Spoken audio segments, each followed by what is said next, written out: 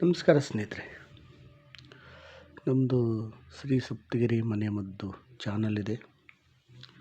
ಅದರ ಮುಖಾಂತರ ಅನೇಕ ರೀತಿಯ ಎಪಿಸೋಡನ್ನು ಕೊಡ್ತಾಯಿದ್ದೀವಿ. ಬೂಸ್ಟು ಅಂತಾರೆ. ಬೂಸ್ಟ್ ಅಂದರೆ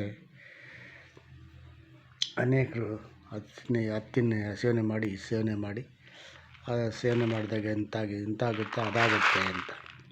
ಆದರೆ ಪ್ರಕೃತಿಯಲ್ಲಿ ಕೊಡುವಂತಹ ಬೂಸ್ಟ್ ತಯಾರಕ್ಕೆ ಮೊದಲು ಈ ಕೆಲವೊಂದು ವಸ್ತುಗಳು ಭೂಮಿಯಿಂದ ಬಂದಿರತಕ್ಕಂಥದ್ದೇ, ಇಲ್ಲ ಅಂತಿಲ್ಲ. ಆದರೆ ಅದರಲ್ಲಿ ಕೆಲವು ರಾಸಾಯನಿಕಗಳು ಮಿಕ್ಸ್ ಮಾಡ್ತಾರೆ. ಆದ್ದರಿಂದ ರಾಸಾಯನಿಕ ಯಾವತ್ತೂ ನಮಗೆ ತೊಂದರೆ ಕೊಡುವಂಥ ವಸ್ತು. ಇದು ಭೂಮಿಯಲ್ಲಿ ಬರುವಂಥದ್ದೇ ಕಡಲೆಕಾಳು, ಬೆಂಗಾಲ್ ಗ್ರಾಮ್,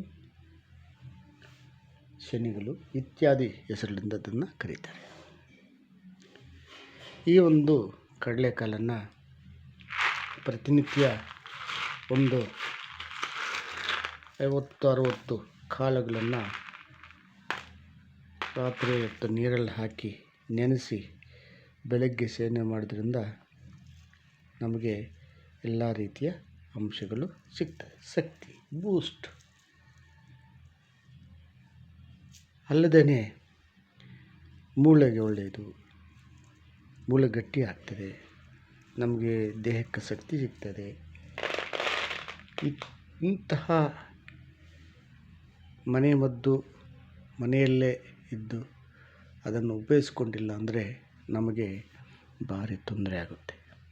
ಸ್ನೇಹಿತರೆ, ಪ್ರತಿಯೊಬ್ಬರೂ ಒಂದಷ್ಟು ಕಡಲೆಕಾಳನ್ನು ನೆನೆಸಿ ಬೆಳಗ್ಗೆ ಅದು ಖಾಲಿ ಹೊಟ್ಟೆ ಸೇವನೆ ಮಾಡೋದ್ರಿಂದ ನಾನಾ ರೀತಿಯ ಅನುಕೂಲಗಳು ಇರ್ತವೆ.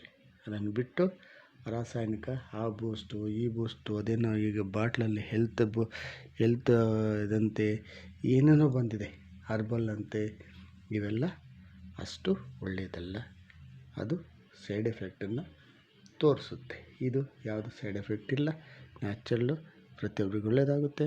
ನಮಸ್ಕಾರ. ಇದನ್ನು ನೋಡಿ ಲೈಕ್ ಮಾಡಿ, ಶೇರ್ ಮಾಡಿ, ಸಬ್ಸ್ಕ್ರೈಬ್ ಮಾಡಿ, ಎಲ್ರಿಗೂ ಮುಟ್ಟಲಿ ಪ್ರತಿಯೊಬ್ಬರು.